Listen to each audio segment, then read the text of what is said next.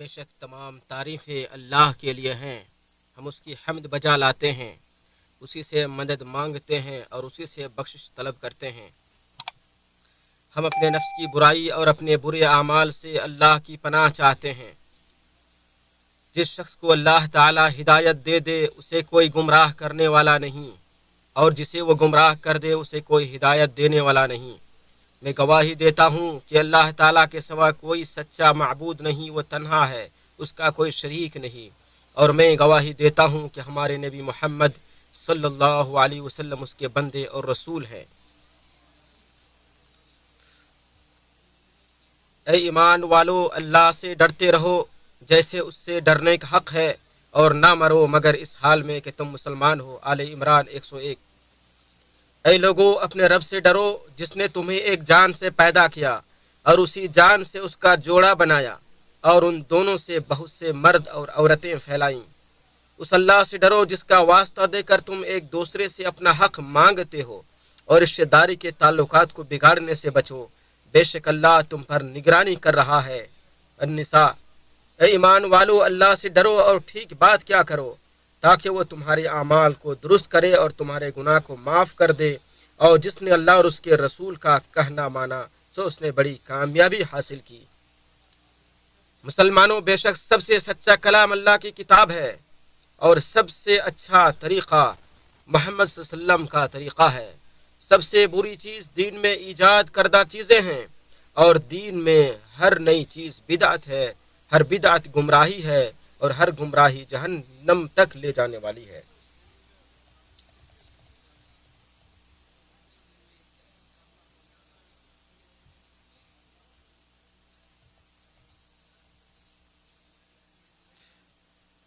حضرت ابراہیم علیہ السلام کا قصہ قرآن میں بیان ہوا ہے کہ وہ اچھے دل اور صاف دل کے انسان تھے، شرک بت پرستی سے دور تھے، اور انہیں پورا یقین تھا کہ اللہ تبارک و تعالیٰ کے پاس جو قلب سلیم کے پاس آئے، قلب سلیم کے ساتھ جائے گا وہی کامیاب ہوگا، وہی کامران ہوگا۔ اللہ کے بندو، روئے زمین پر بسنے والوں میں سے کچھ لوگوں کے پاس اللہ تعالیٰ کے برتن ہیں، اور تمہارے پروردگار کے برتنوں سے مراد اس کے نیک بندوں کے دل ہیں۔ ان میں سے اللہ سبحانہ و تعالیٰ کو سب سے زیادہ محبوب وہ ہیں جو نہایت رقیق اور نرم ہیں۔ نیکوکار لوگوں کے دل نیک اعمال سے جوش مارتے ہیں، اور فاسق و فاجر لوگوں کے دل برے اعمال سے جوش مارتے ہیں۔ اللہ تعالیٰ ان کے ارادوں اور مقاصد کو دیکھ رہا ہے۔ تم بھی اپنے ارادوں پر نظر رکھو، کیونکہ انسان کے اعمال اس کے دل کے ارادے کے ہی تابع ہوتے ہیں۔ اللہ تعالیٰ کے ہاں مقبول برتن یعنی دل وہ ہیں جو نہایت مضبوط، باریک و ملائم اور صاف شفاف ہوں۔ مضبوط ہونے سے مراد یہ ہے کہ اطاعت الہی میں مضبوط ہوں، اور باریک ہونے سے مراد یہ ہے کہ ذکر الہی کے وقت ان پر رقت طاری ہو جائے، اور صاف شفاف ہونے سے مراد یہ ہے کہ وہ اللہ تعالیٰ کے منع کردہ اور ناپسندیدہ کاموں کی آلودگی سے بالکل پاک صاف ہو۔ اور زبانیں دلوں کے چمچ ہیں، ان کی طہارت و سلامتی کی نشانی یہ ہے کہ بغیر کسی اکتاہٹ و بیزاری کے یہ مسلسل ذکر الہی میں مصروف رہیں۔ ارشاد باری تعالیٰ ہے، بے شک آسمانوں اور زمین کے پیدا کرنے اور رات اور دن کے بدلنے میں عقل والوں کے لیے بہت سی نشانیاں ہیں۔ وہ لوگ جو کھڑے اور بیٹھے اور اپنے پہلوؤں پر اللہ کو یاد کرتے ہیں، اور آسمانوں اور زمین کی پیدائش میں غور و فکر کرتے ہیں۔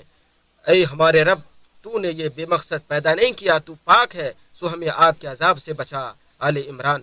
اسی دل سے ہی علم سیکھا اور سکھایا جاتا ہے، اللہ کے دین سے متعلق سمجھ بوجھ حاصل کی جاتی ہے، جیسا کہ نبی اکرم صلی اللہ علیہ وسلم نے ارشاد فرمایا، جب جنت کے باغیچوں کے پاس سے تمہارا گزر ہو تو چر لیا کرو۔ پوچھا گیا جنت کے باغیچوں سے کیا مراد ہے؟ آپ نے فرمایا ذکر الہی کی مجلسیں اور حلقے۔ اس سے مراد علم کی مجلسیں ہیں جن میں حلال و حرام اور احکام و مسائل کی وضاحت ہوتی ہے، اور لوگ اللہ تعالیٰ، اس کے اسماء و صفات اور اس کے اوامر و نواہی کے متعلق جانکاری حاصل کرتے ہیں۔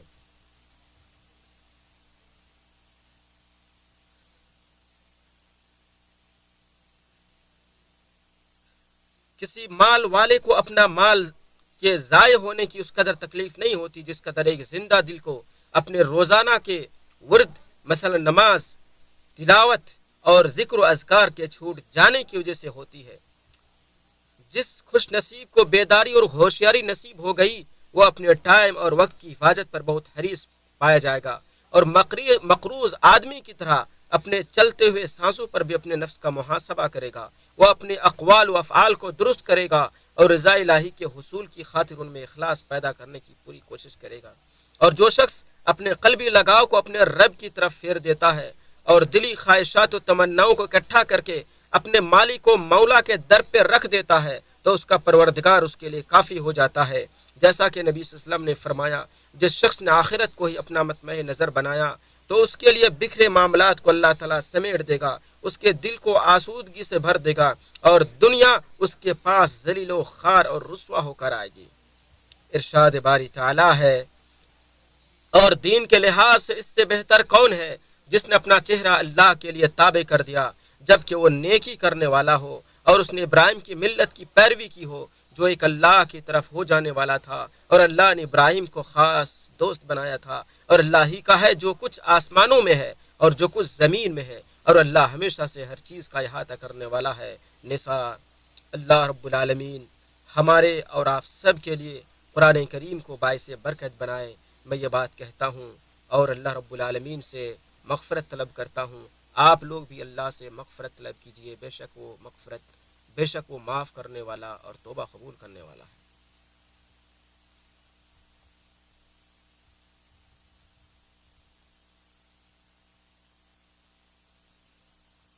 تمام تعریفیں اللہ کے لیے ہیں، بہت زیادہ تعریفیں، پاکیزہ تعریفیں، اتنی تعریفیں کہ اللہ رب العالمین خوش ہو جائیں، اور اللہ رب العالمین اپنے نبی محمد صلی اللہ علیہ وسلم پر رحمت نازل فرمائے۔ اے اللہ تو ان پہ رحمت نازل فرما، سلامتی نازل فرما، ان کی آل و اصحاب پر رحمت نازل فرما۔ مسلمانوں، تم میں سے ہر شخص اپنے پروردگار سے ہی امیدیں لگائے اور اپنے ہی گناہوں سے خائف رہے۔ انسان کے گناہ اس وقت تک معاف نہیں ہوتے جب تک کہ اس کے اعمال درست نہ ہوں، اس کے اعمال اس وقت تک درست نہیں ہوتے جب تک اس کے اقوال درست نہ ہوں، اور اللہ تعالیٰ کا تقوی ہی وہ چیز ہے جس کے ذریعے زبانیں سیدھی رہتی ہیں۔ ارشاد باری تعالیٰ ہے، اے ایمان والو اللہ سے ڈرو اور ٹھیک بات کیا کرو تاکہ وہ تمہارے اعمال کو درست کر دے اور تمہارے گناہ کو معاف کر دے، اور جس نے اللہ اور اس کے رسول کا کہنا مانا سو اس نے بڑی کامیابی حاصل کی۔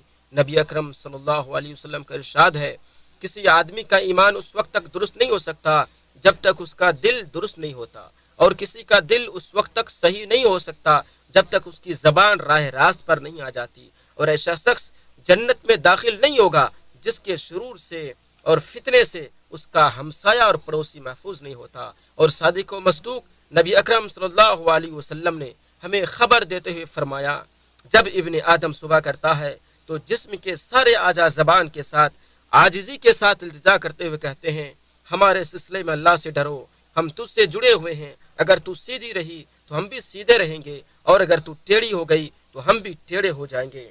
ارشاد باری تعالیٰ ہے، بے شک وہ لوگ جنہوں نے کہا ہمارا رب اللہ ہے پھر خوب قائم رہے اور جمے رہے، ان پر فرشتے اترتے ہیں کہ نہ ڈرو اور نہ غم کرو، اور اس جنت کے ساتھ خوش ہو جاؤ جس کا تم وعدہ دیے جاتے تھے۔ ہم تمہارے دوست ہیں دنیا کی زندگی میں اور آخرت میں بھی، اور تمہارے لیے اس میں وہ کچھ ہے جو تمہارے دل چاہیں گے، اور تمہارے لیے اس میں وہ کچھ ہے جو تم مانگو گے۔ یہ بے حد بخشنے والے نہایت مہربان کی طرف سے مہمانی ہے، اور بات کے اعتبار سے اس سے اچھا کون ہے جو اللہ کی طرف بلائے اور نیک عمل کرے اور کہے کہ بے شک میں فرما برداروں میں سے ہوں۔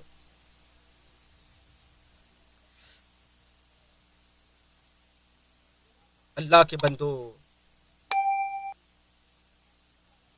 آپ صلی اللہ علیہ وسلم پر درود و سلام بھیجو، کیونکہ اس سے دل نرم ہوتا ہے، برکت نازل ہوتی ہے۔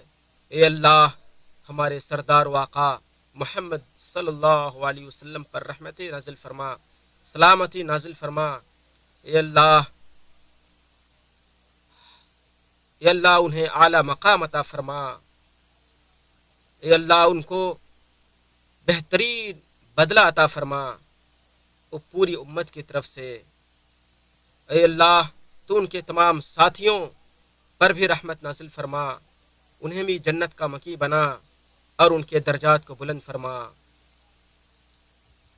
اے اللہ ہم تجھ سے دین و دنیا کے ہر معاملے میں ثابت قدمی کا سوال کرتے ہیں اور رشد و بھلائی کے کام انجام دینے میں عزم و حوصلے کا سوال کرتے ہیں۔ ہم تجھ سے تیری رحمت کو واجب کرنے والی چیزوں کا اور ان اسباب کا سوال کرتے ہیں جو تیری مغفرت کو ہمارے لیے لازمی بنا دیں، اور ہم تیری نعمتوں کے شکر اور اچھے طریقے سے تیری عبادت کرنے کا بھی سوال کرتے ہیں۔ ہم تجھ سے قلب سلیم اور سچی زبان کا سوال کرتے ہیں، اور ہم اس خیر کا بھی سوال کرتے ہیں جو تیرے علم میں ہے، اور ہر اس شر سے تیری پناہ چاہتے ہیں جو تیرے علم میں ہے، اور ان تمام گناہوں سے استغفار کرتے ہیں جو تیرے علم میں ہے، کیونکہ تو ہی چھپی ہوئی چیزوں کو خوب جاننے والا ہے۔ اے اللہ مسلمانوں کو بہترین حکمراں عطا فرما، اور ان کے شریر لوگوں کے شر سے انہیں کافی ہو جا۔ تو ہمارے امام کو اپنی ہدایت کی توفیق دے، ان کو اپنی رضا کے مطابق عمل کرنے کی توفیق دے، ان کی رشد و ہدایت انہیں الہام کر دے، اور انہیں نیکوکار ناصح وزیر عطا فرما جو خیر و بھلائی کی طرف ان کی رہنمائی کرے اور اس میں ان کی مدد بھی کرے۔ اے اللہ تو ان کے ولی عہد اور ان کے تمام اعوان و انصار کو خیر کی توفیق عطا فرما۔ اے اللہ ہم آگ اور قبر کے فتنے اور عذاب سے تیری پناہ چاہتے ہیں، اور مالداری و ثروت کے فتنے اور فقر و فاقہ کے فتنے سے بھی تیری پناہ چاہتے ہیں۔ اے اللہ ہم دجالی فتنے کے شر سے بھی تیری پناہ چاہتے ہیں۔ اے اللہ ہمارے دلوں کو پانی، برف اور اولوں سے دھو دے، اور ہمارے دلوں کو گناہوں سے یوں پاک صاف کر دے جیسے سفید کپڑے کو تو نے میل کچیل سے پاک کیا۔ ہمارے درمیان اور ہمارے گناہوں کے درمیان اتنا فاصلہ کر دے جتنا فاصلہ مشرق و مغرب میں ہے۔ اے اللہ ہم سستی، کاہلی، بڑھاپے، قرض اور گناہ سے پناہ مانگتے ہیں۔ اے اللہ ہمارے رب تو ہمیں بھلائی عطا کر، آخرت میں بھی اور دنیا میں بھی۔ اے اللہ کے بندو، اللہ کا شکر ادا کرو، وہ تمہیں اور مزید نوازے گا۔